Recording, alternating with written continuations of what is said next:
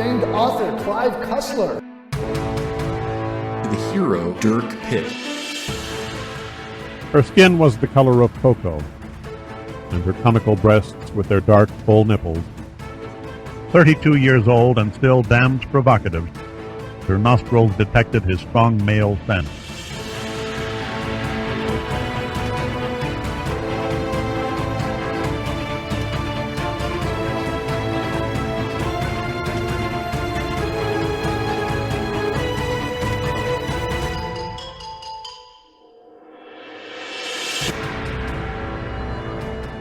Vixen-03, Episode 3, Girls Gone Wild Rose. And I don't care nobody has it in the budget for Bentleys doing terrorism.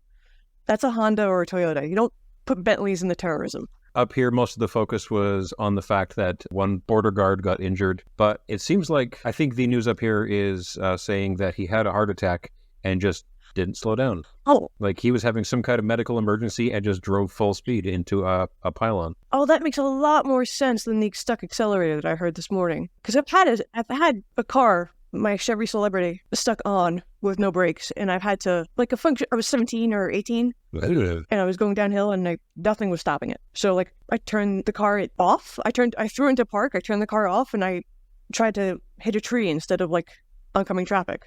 And I just spun around, nothing happened, and my car was good for another day. You pulled a Vixen-03 and tried to ditch safely where it wouldn't injure the pups. My car was such a piece of shit, I was willing to let the transmission fall out en route. Like, I knew if I did this, my engine or transmission might just fall out. Boys, keep it down, okay? I can't hear them. Okay, good. There's play dates. There's activities. Ah. My daughter wanted to go. She's like, I've never been to Black Friday. She had this fear of missing out for Black Friday. So it was like 3 o'clock. I took her to the mall. It was empty. Nobody was there. She was like, well, isn't there supposed to be a thing happening? Like, what kind of thing? Like a parade? No, it's just, in the 90s and early aughts, people stabbed each other for the chance at a $50 TV. They don't do that anymore. Life is better. But, oh, this was great. My in-laws hosted Thanksgiving. And do you know who Elizabeth Warren is? Or just think of like a woman that's put together, educated, and patrician and classy, like the Queen. Yes. Or Doris Day. But she's an imp. She's a chaos monster, my mother-in-law. I love her. Whatever traditional, like, stereotypical roles mother-in-laws have, that's not what she is. She is whip smart. She's a master of Russian literature. And, neat. She's just a fine lady.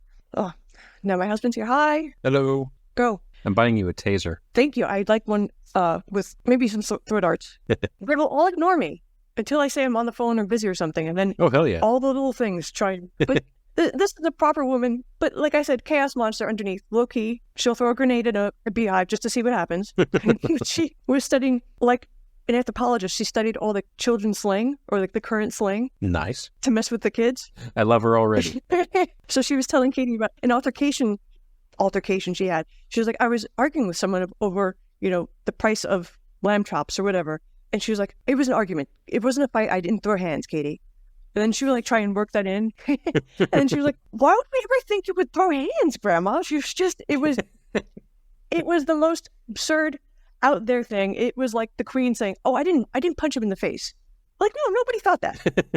Nobody thought that. And then she peppered in other, like getting jiggy with it or, that one's a little old. Other things, like it was a sociological study. She was like, what will they react to? It was great. One of my wife's hobbies is she knows all the modern slang thanks to our kids, but she enjoys using it wrong around them just to piss them off. I use it wrong constantly. I put thes in front of things like the Twitters, the Facebooks, the Snapchats. They hate that. I use it right. And then like my daughter, who is the most sarcastic child ever, will just look at me and go, very good, Dad. And then just go back to her phone. Like the most condescending possible way of telling me that I've used a slang correctly. You changed her diapers. She's condescending. How does that feel? When she's a little older, I'm going to start pushing back on this. But oh, the grace and the restraint of parenthood. Also, the other thing I wanted to ask you, how did your viewing of Raise the Titanic go? Oh, it was wonderful. My husband got really sick and fell asleep. Yeah, that movie has that effect on people. Deliberately evil. I haven't slipped the news yet. It's coming. And 3 weeks since we started the Titanic book. the Titanic will come down a dark alley and get me no matter what every week since. Like some bit of trivia or some monstrosity of capitalist knowledge will drop, like, oh, the movie made this much money, or this memorabilia sold for this much. It just trickles through constantly. Once you see it, how could a ship that sank so long ago still be in the news all the time? It's just one of those things that they became a piece of culture now. Yeah, it's like a meme all unto itself. You say Titanic, and everybody knows everything associated with the Titanic. They know about the movie. They know about the sinking. They know about James Cameron. They know about that sub that imploded. Like, you say Titanic. Yeah, you know that there was famous people on board. They might not know the names, but they knew that there were rich and famous people on board. Yeah. And it's amazing the things that'll be erased, like Houdini. Kids that are 5 years old know Houdini, magician. Yeah. What stays and what... That's also shorthand. Yeah, what stays and what sticks is amazing. I love that all they know about him is he's a magician and he got out of chains underwater. And I've learned so much more about him from various podcasts, like the Dollop. He would go town to town, and he would personally go to every psychic and every seance and every spiritualist and just debunk them in real time and piss them off until the cops are called and then leave. And just go to the next one. Like, that's what he did for fun. Yeah, and he was friends with Sir Arthur Conan Doyle, but Conan Doyle dug too hard into the woo and seances and stuff, and he couldn't handle being debunked. So the friendship flew out the window. Yeah, on stage, he was the world's best magician, and the rest of the time, he's just shouting, "Magic isn't real, you're all idiots." I love him. Yeah, that is great. Also, I can't send my daughter to magic camp again. She won't go. But if you want to send your daughter to magic camp, I can make that happen. Let's get a magician somewhere. We need more magicians. I don't think she'd be into that. A few years ago, man, that could have completely derailed her life. He could really throw a monkey wrench into it. So you want to be a doctor or a accountant? Here, magician. You're a wizard, Poppy. This book is wild. I know we're dancing around. I think you've said that on every episode. Those 4 exact words. I need to like go back and make a counter of every time you say, "This book is wild." Man. No, it's my verbal tick. No, don't point it out. Boy, howdy, do I know our verbal ticks inside and out now, man. What chapter did we leave off at? We ended at the end of 16. Okay. Because it was about to shift sideways into Hiram Lusana and the AAR stuff. So I figured we could do all that at once. And I've read up to the end of chapter 24, because 25, they're back in Washington. So possibly we can get through 17 to 24 and finish out this South African section of the book before we get back to, hopefully, Dirk Pitt will come back to this Dirk Pitt novel. Come back to Dirk Pitt. I just wanted to share one more bit of joy that I found. And our listeners might want to take this with them during this stressful holiday time. I don't speak Italian at all. I know some words here or there. We all do. We live on planet Earth. But to just feel like your day is going better, like just to listen to the Costa Concordia captain being berated by the Coast Guard when he abandoned his ship. It'll bring you life every time. That's the captain who was like, wasn't even wet. He left 20 minutes after the start of like the ship being like stranded in the Mediterranean as it started to list. And he's like out of there. And the Coast Guard is like, Avanti! Quanti cadaveri ci sono? Non lo so! Uno l'ho sentito! Me lo devi dire lei quanti ce ne sono, Cristo! The law might not come for you, but I will, motherfucker. Get back on the goddamn boat. Oh, hell yeah. Look at the exact translation, because what I have in my head is its own story, and I don't want to disrupt that, but you get the gist of it. You get the, my fucking God, you goddamn asshole, get back on that boat. It's just great. I'll insert some sound bites into the episode. I didn't need to give you work. Oh, no, it's not work. It's your own listeners. You do it yourself. I said a few sound bites because that will, lure them to go and track down more, maybe. Numero di ciascuna di queste categorie. È chiaro? Guardi, schettino, che lei si è salvato forse dal mare, ma io la porto veramente molto male. Faccio passare l'anima dei guai. Vado a bordo, cazzo. It's so gratifying.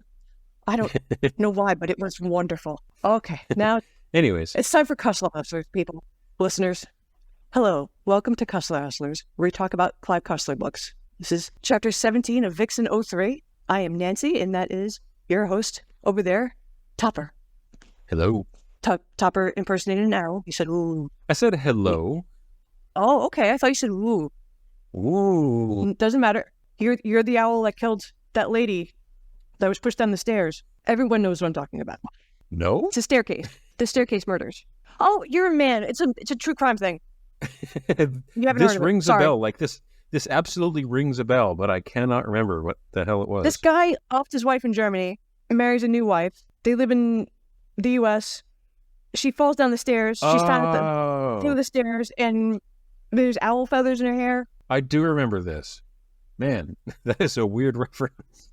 Hey, I mean, I make nonstop weird references. It's just usually I'm on the same page as you. This was like, I remember hearing that and going, really, dude? And then just moving on with my life.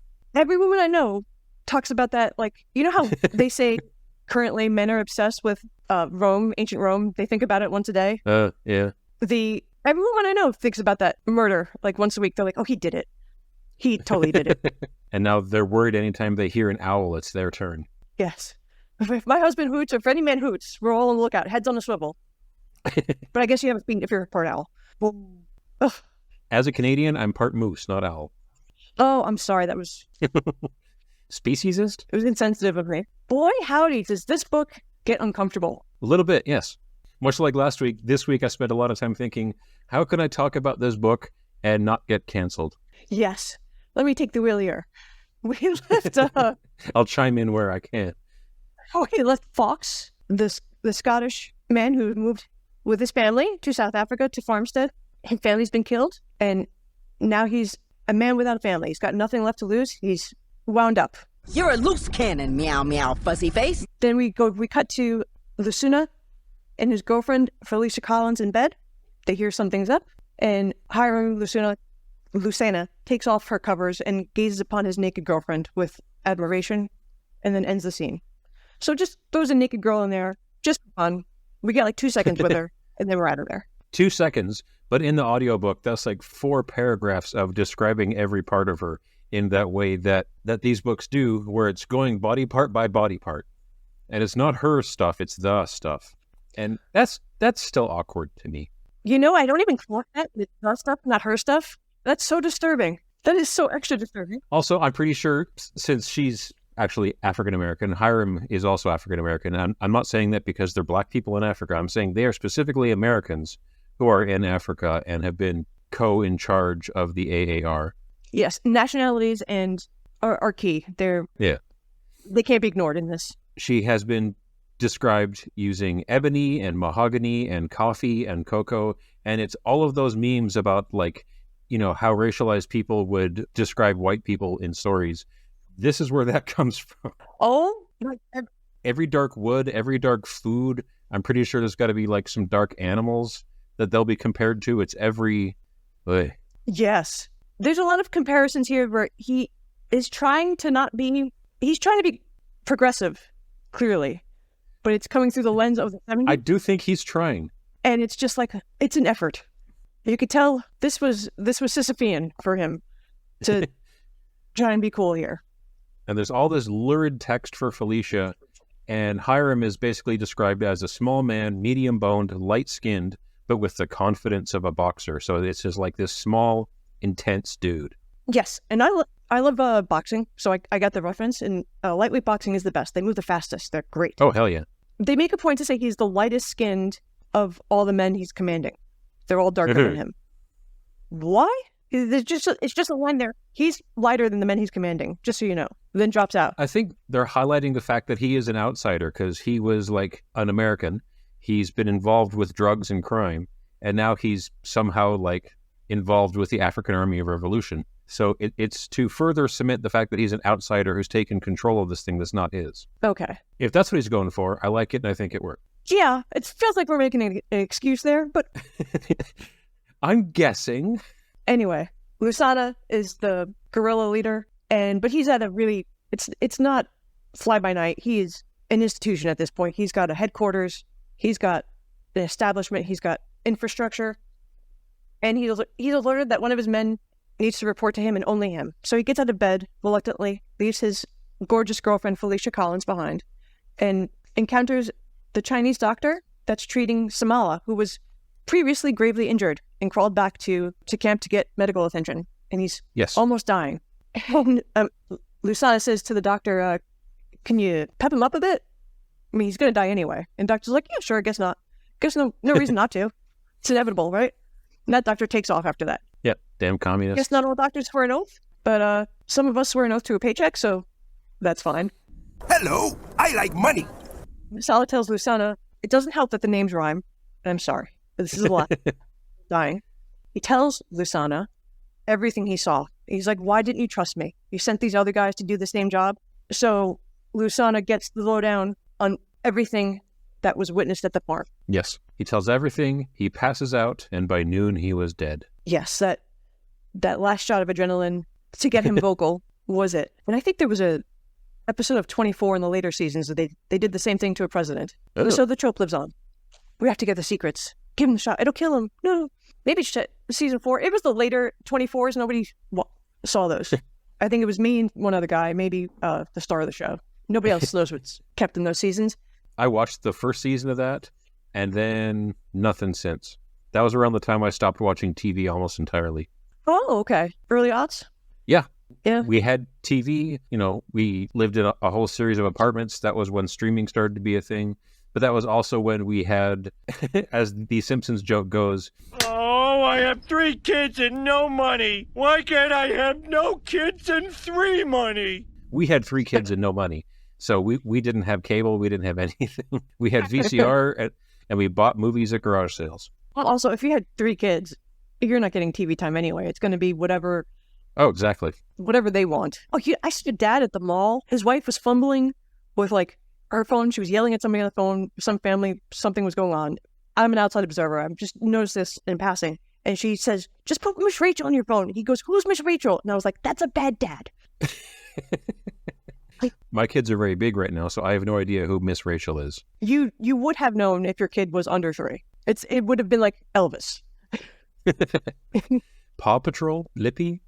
Yes. Blippi. Oh my God. Anyway, back to apartheid. Yes. It's a winding road. Life is full of details, and there's stray ones, and boy, we'll think of every one we can to avoid talking about it. Filter this episode through. Chapter 18 is a lot like Chapter 16. It's mostly a flashback of Fox retiring from the Royal Navy and gathering up his family and moving to South Africa, and how his kids went from being pale and sickly to being tan and robust, and how much they loved Africa. Just missing his family. Yes, and you get a sense from this that he's taking some blame, like if it wasn't for him, his family wouldn't have moved. Mm-hmm. A little bit of that, and montage scene. Very 80s montage. You could see this. If you closed your eyes, you could see him remembering his kids. The film, like the slideshow passing by of his life. You can envision it. It would make a great montage. Beautiful family, and then beautiful family slaughtered. And now he is a man with nothing to lose, and revenge is on his mind. He only dreams of Lusana and revenge.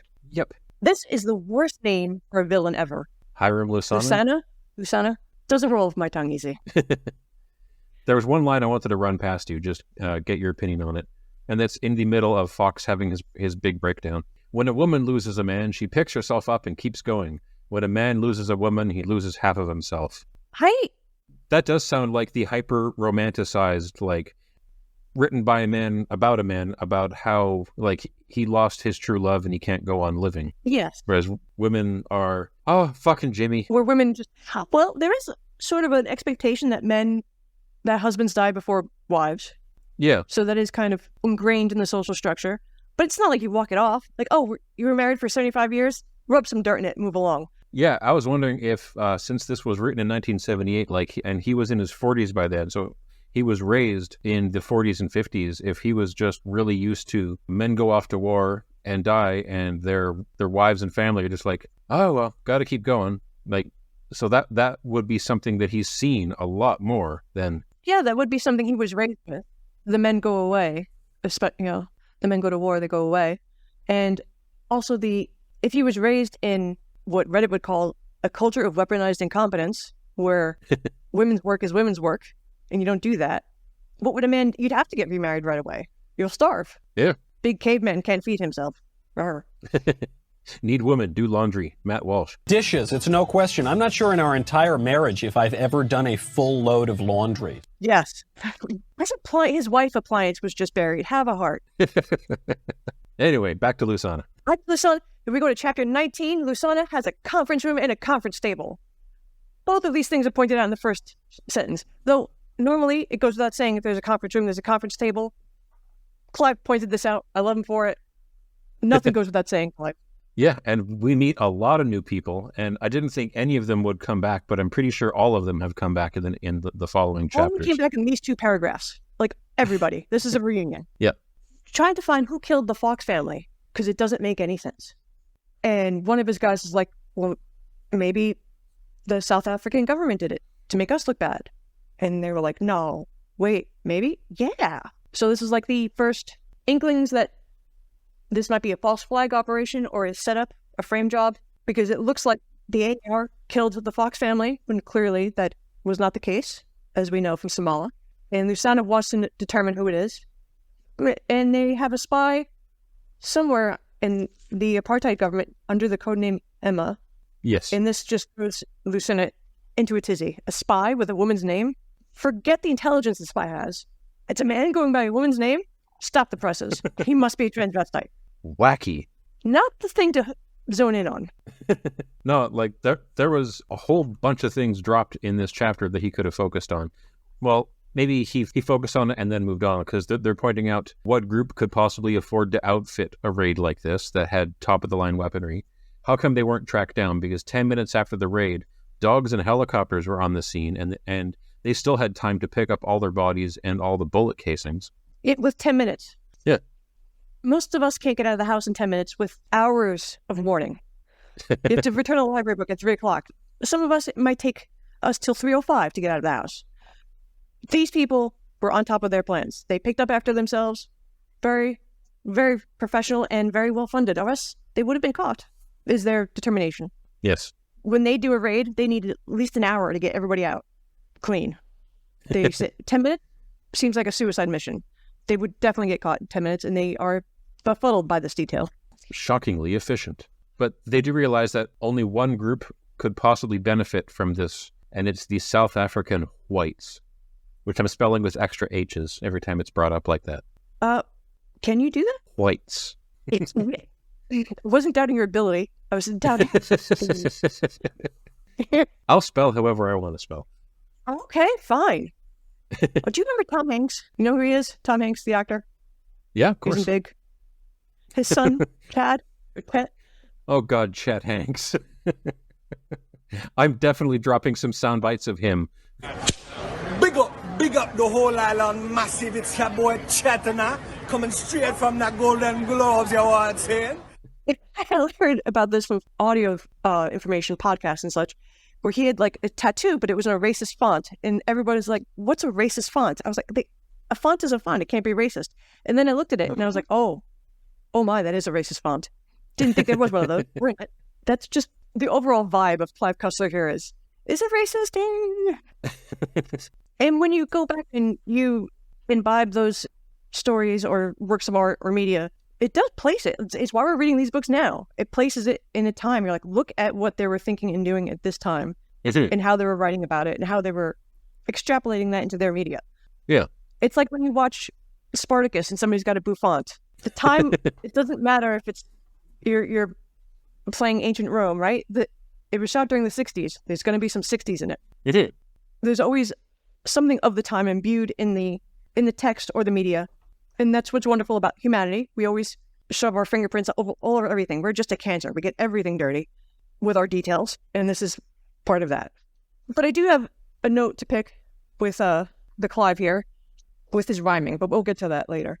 He has a rhyming fail that is phenomenal.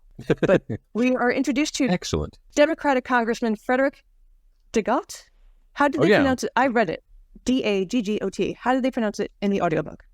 Daggett. Daggett. Perfect. I thought it was E.T., so. Okay.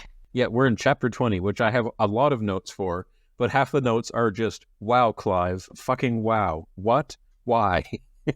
My first notes are, oh boy, and what the fuck? Oh, I got to screen cap that. That's the album art for this episode. Excellent. Okay.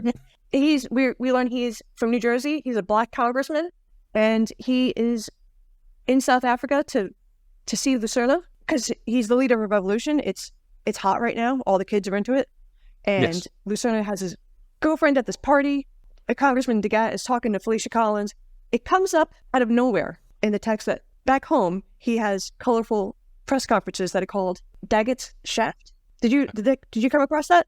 The press conferences? I don't think the audiobook did that. My audiobook is skipping a couple times. That might have been one of the bits that skipped because it'll jump forward like a minute and I can't fix it. So he had these hard-hitting but brilliant press conferences when he's back in New Jersey.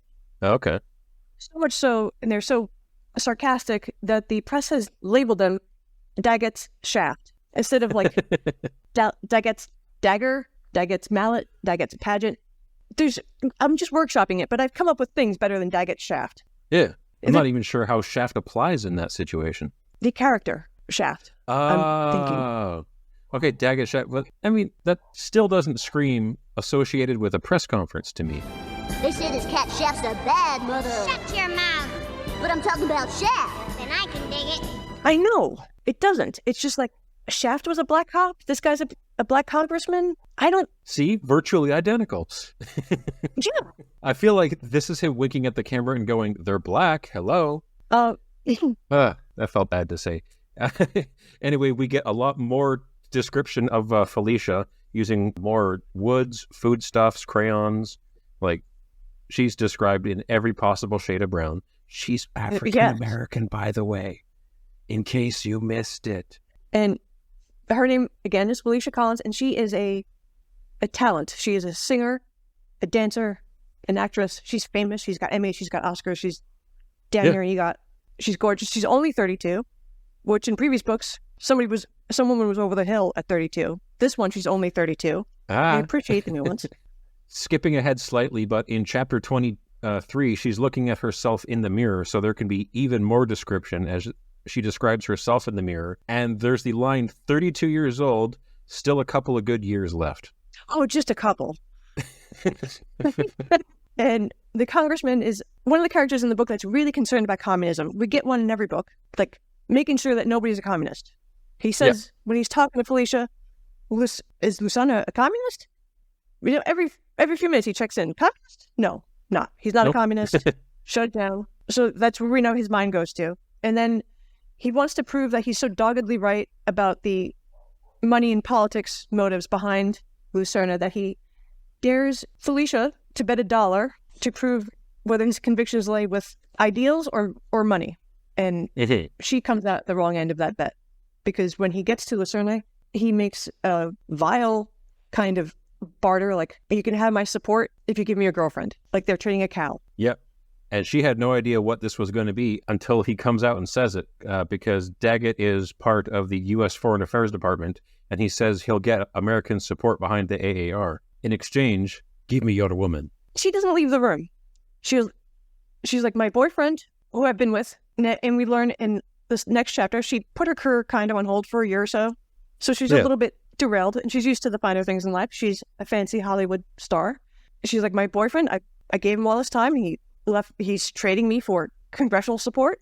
To which I'd be like, yeah, I would trade a lot of things for congressional support, like especially if there were dollars involved. I've got 2 kids, take one. But I don't think this proves Daggett's point either, because Daggett was saying that he's more concerned about money than with his ideology, and the ideology being black freedom in South Africa.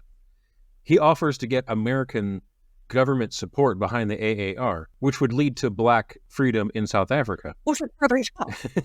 So I don't think Daggett proved that he's in it for the money at all, because he didn't promise any money. He promised support. Well, he did imply that they would help bankroll it, but still, he helped him get to, his goals, his means, salvation for an entire country. So, of course, Lusana agrees and gives up his girlfriend. I think all it proved is Lusana was an asshole, but not that he's in it for the money. It did. You are correct. And it's also the calculus of he was doing it for the girl anyway. The motives don't have to be, he wanted the chick. But she goes along with it. Instead of storming out, she's like, I guess he won me now. I belong to this man. Fair and square. Yeah. She didn't pick up an hors d'oeuvre knife and shank anybody. I know this whole thing was like a double entendre, but I give it only single entendre status for the illusions he's making with her body and the bet and stuff. Yeah. But so, chapter 20, a congressman wins abroad. And throws American support behind the AAR. which I'm not sure one senator could do that or one congressman could do that, but what do I know about American government in the 70s? Maybe that's how it worked. Everything was above board, right? Nothing bad happened? As far as I know, the world goes by, as long as you can get away with it, it's legal. And that is true of everything. But there could be a congressman that has more tenure. If first-term congressmen don't have much pull, but then you get on committees. And once you're on committees, you can steer money. Mm-hmm. And some of it winds up in gold ingots in the freezer of congressmen. That's just the price we pay for freedom. I love that story. With his search history of what is a pound of gold worth. Has ever seen a search history? Yeah. Oh my God. It's not by pounds. A pound. Anyway, chapter 21. Fox, the guy whose family was killed. To recap, Scottish farmer, moves to South Africa with his wife, son, and daughter. They are all dead now. He is a missile without a guidance system. He's just a revenge machine. Yes. And he's turning to the dark side. He says, let me lead Operation Wild Rose. Because he's back at a meeting with Duval. And Duval says, no, it's too monstrous. And Fox basically says, come on. And Duval agrees. Like, he puts up no pushback. Come on! Oh, yeah, the taxes! The finger thing means the taxes! This is like, I hate to bring everything back to Columbo. Like, this is just like Columbo. One more thing. The world's most detective. He tells, the guy, you got to tell me something. And the guy's like, no, man, I can't. I'll get killed. And Columbo goes, come on, man. And the guy drops all of the details. Oh, yeah, this is exactly that. It's this. Speed of plot, to quote you. If you ask twice, you get it. It's something that we teach our kids out of. Like, stop asking repeatedly. Just because you asked multiple times doesn't mean you get it. But in literature, that's a big word for this. But literature, it says this is how you do it. You ask twice, you get it. So he becomes the leader of the mission. But here's the thing I didn't understand. Fox was like, my friends and neighbors think I'm going back to Scotland, so he won't be missed in his hometown. Yeah. But then Duval says, okay, according to South Africa, in this document, we consider you dead. South Africa considers you dead. He doesn't have to be dead. He could just be repatriated. Yeah. I think that way it just sounds a lot cooler. Like they faked his death and he's going underground for the government to lead this super terrorist, anti-terrorist, false flag thing that we still don't entirely have all the information on. Meanwhile, Colonel Ziegler is in the basement. Oh, he's in some dark office somewhere. I get the feeling it was deep underground where they don't have ventilation. I think it said one floor down, but I did imagine him in a dark basement with a single light bulb. Yeah, and lots of files everywhere.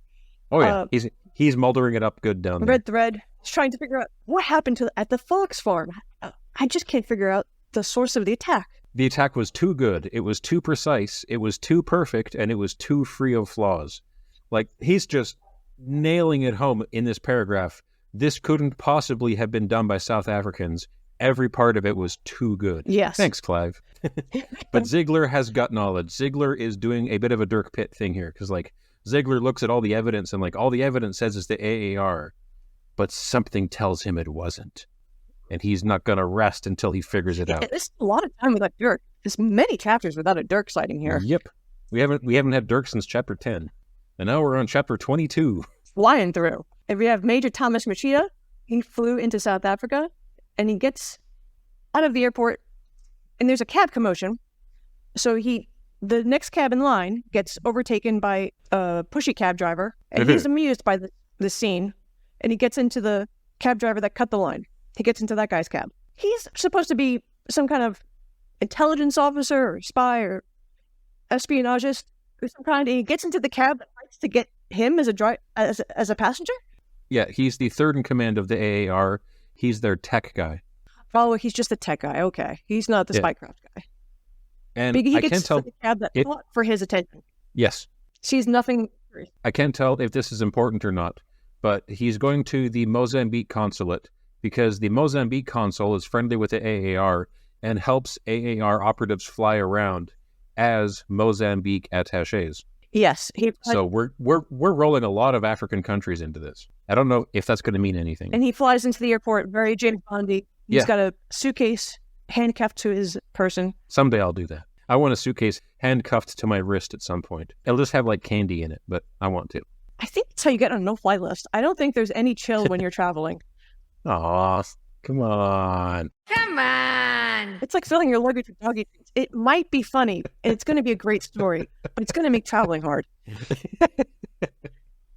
Excellent. Excellent. Excellent. The evil cabbie takes him to an underground parking garage, and Machida pulls a Mauser out of his briefcase.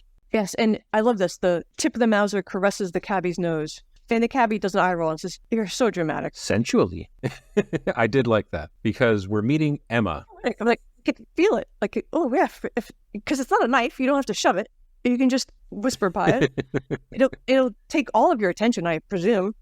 You'll go cross-eyed, be like, oh, that's a gun in my face. You're not gonna shoot me.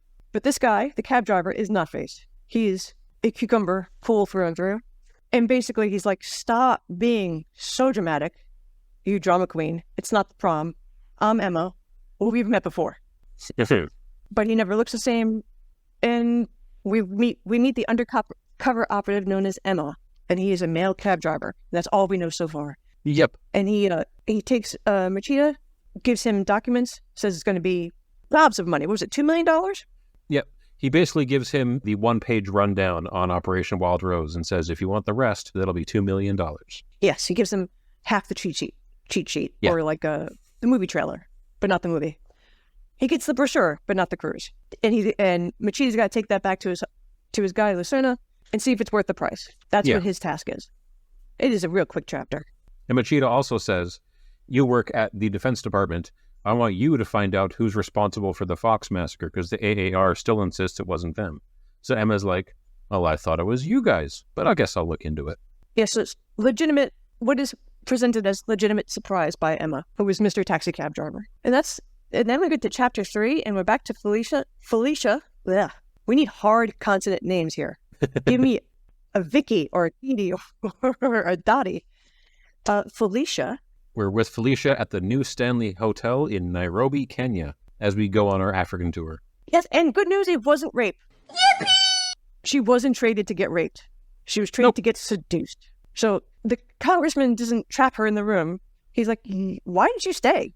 Like, yeah, we just traded you like you were a crate of milk, and you're staying? He's shocked. She's like drawn to his raw sex appeal. No further explanation needed. I have a couple of those lines underlined. We start off basically with her out by the pool. It describes her body again, just in case we've forgotten. And then it just completely recounts her sexual history. Oh my God. All the way back to when her first time with her 16-year-old cousin when she was 14. Why does it have to be incesty? Neighbor. Boy next door. Nope. And she's mad that Daggett is like being so nice to her and isn't forcing anything and isn't being hostile. And she just wished that he'd demean her like a slave so her anger would be justified. I missed that line. Oh my God. I had to go back and go, I'm sorry, what? Back. No, wow, he said that, huh? You're right. Or rather, he said that with her voice. He said that with her voice. That feels almost violating. And then she felt her stomach tingle as her nostrils detected his strong male scent. And I just have Clive in big letters after that. Strong is... Yeah, it's a single entendre status. Yeah. So she's just frustrated because he's overtaken her thoughts, her dreams, her ambitions. Yeah. And now he's like, come back to Washington on my arm. You'll revive your career. People are like, you kind of went hippie. You were too groovy for a while. You got off track with the normies. You want to have record sales again? Come back to America on my arm. And she's like, I guess I'll do it for money. The same way her boyfriend treated her for money. Yeah, but it's different when she does it because she's a strong, independent woman, I think.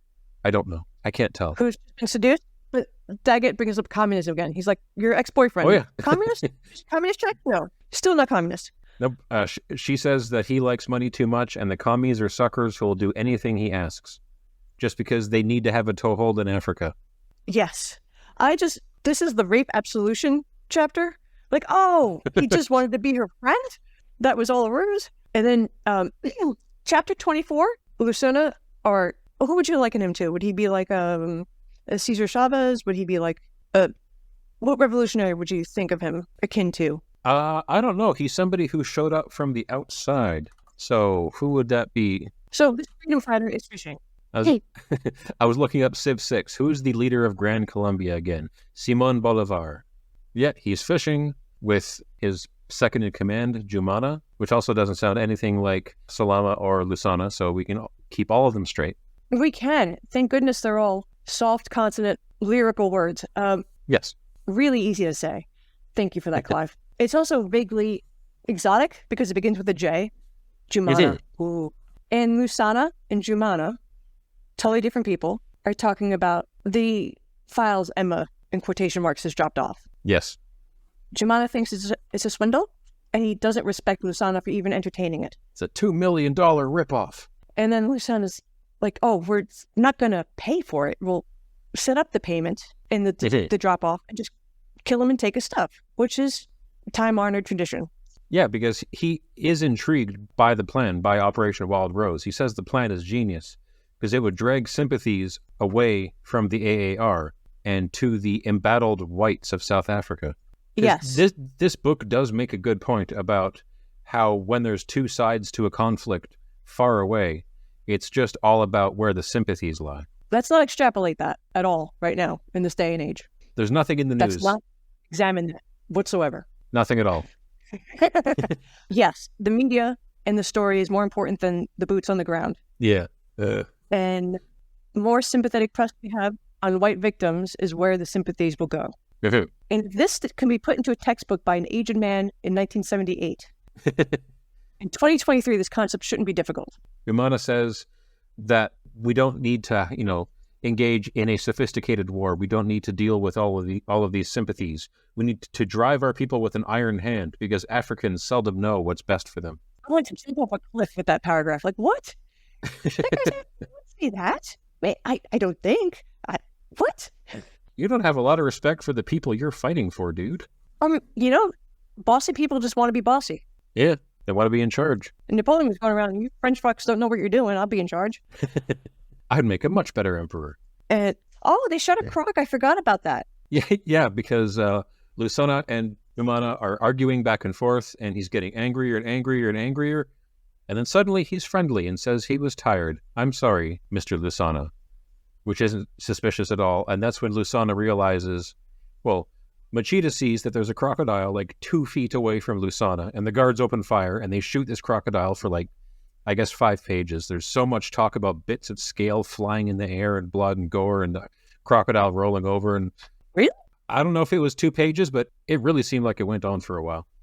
And Lusana realizes that Jumana saw the crocodile and didn't say anything. So he's a weasel. A snake in the grass. I have to kill him. Everyone's backstabbing everyone. Jumana, at the end of the chapter, smiles evilly. Yes. With an evil glint in his eye. Ha ha ha.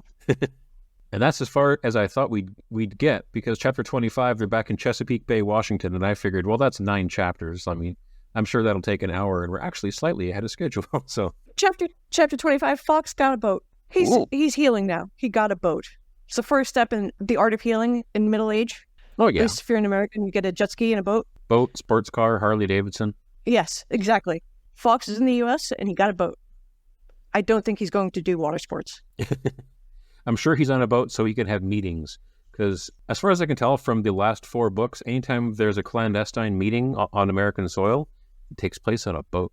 Raise the Titanic movie. They had 2 big meetings. They were just on a boat for no apparent reason. They're so easy to get to.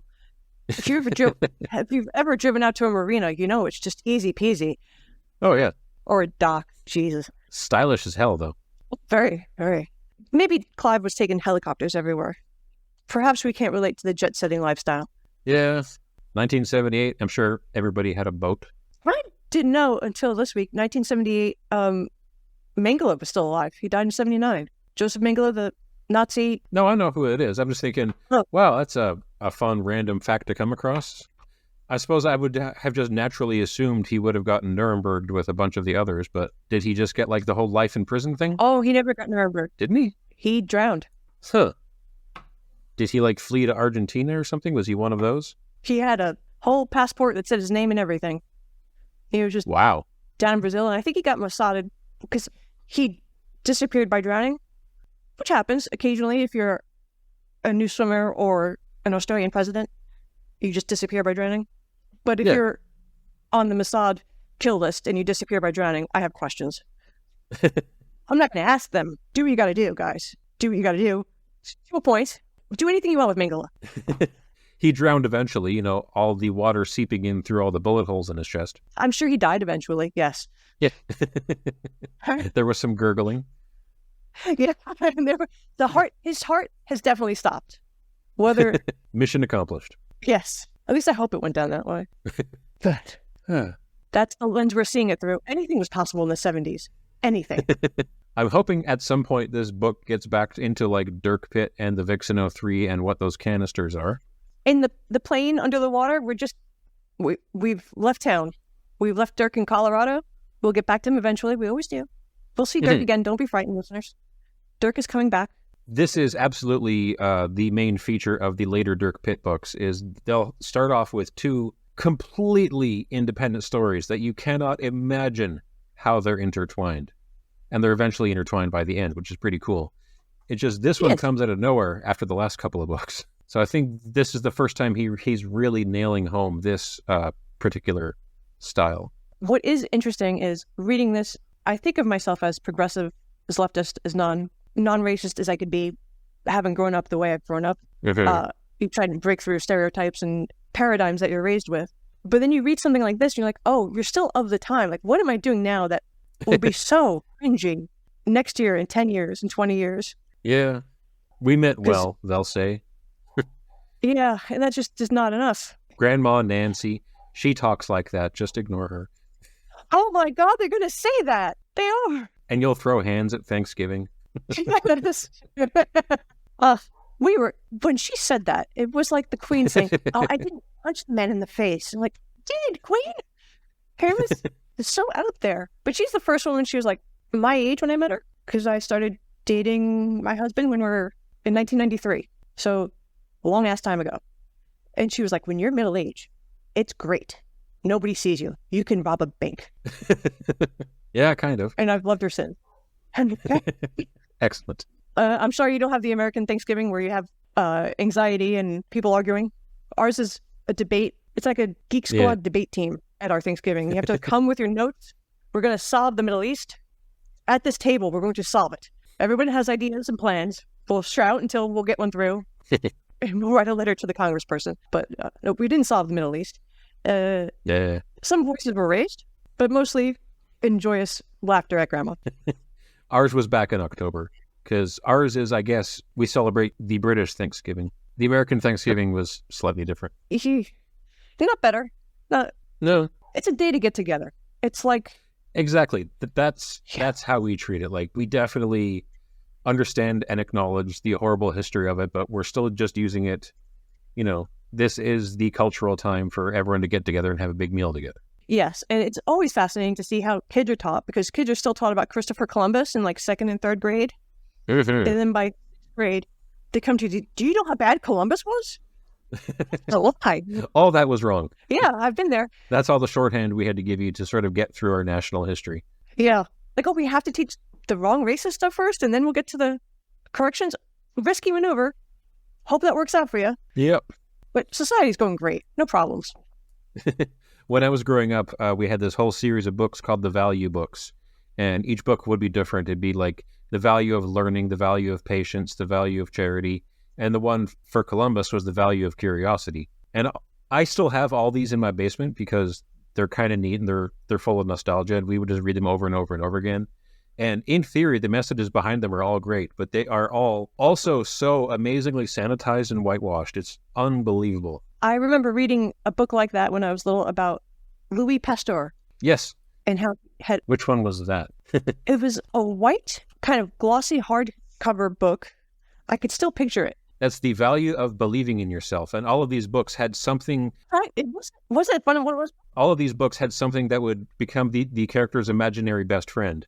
And yeah, the Louis Pasteur one was where, like, as a child, his brother was savaged by a dog with rabies. Was it a talking germ became his friend? And he gets... Yeah, The Value Tales by Spencer Johnson, MD. And we had the whole series, and we just read them endlessly. Like, we would go through... Oh my God, that's it. Hey, we had the same books. Holy cow! I've still got all mine. This made such an impression on me, this book. Yeah, same. Yep, that's the exact one. I got it downstairs. I'll bring it next time. Oh my god. I tried to buy that. Those are really expensive now. I was going to say, I'm on Thrift Books right now, and the hardcover is $4.79, like $4.79. Oh, because I tried to buy that years ago, and it was like $50-$60. Yeah, maybe, but now it looks like they're all, well, the one that's $4.79, the cover is acceptable. If you want the very good cover, that's $40. But Louis Pasteur had a volunteer for his vaccination. Like he took he took the neighbor's kid. He took a peasant he just found. He took the neighbor's kid and made him temporarily deaf. Oh my! That's not in the book. Oh yeah, it is. You have it. It's been. Oh no! Wait, I was 7 the last time I read it. The one where he's deaf is Thomas Edison, where he does something and he deafens the kid and he runs off screaming. Oh, I thought Thomas Edison just killed the kid and then. Oh, Graham Bell had a deaf daughter. Yeah. Alexander Graham Bell had a deaf daughter. That's all the random trivia. It's like a mix of files where the paper fell out and all the papers got put in the wrong files. That's my memory of education at this time. The Value of Helping with Harriet Tubman. I'm sure that one's not problematic at all. Man, I got to go through these again. I can't believe you've heard of these. Yes. That book, that Louis Pasteur book made such an impression. Yeah. I cannot tell you because it was That is one of the ones we read the most, I think. It was kind of morbid. And I learned about rabies, which is also kind of metal when you're learning about diseases. I thought that was really interesting. So I was fascinated by everything rabies and Louis Pasteur. But it's not until you're an adult you're like, he just took a kid. He took a rando kid. And he was like, we're going to try vaccinations, which sounds bonkers. I'm going to shoot you full of this disease that killed all of your friends and neighbors. Good luck.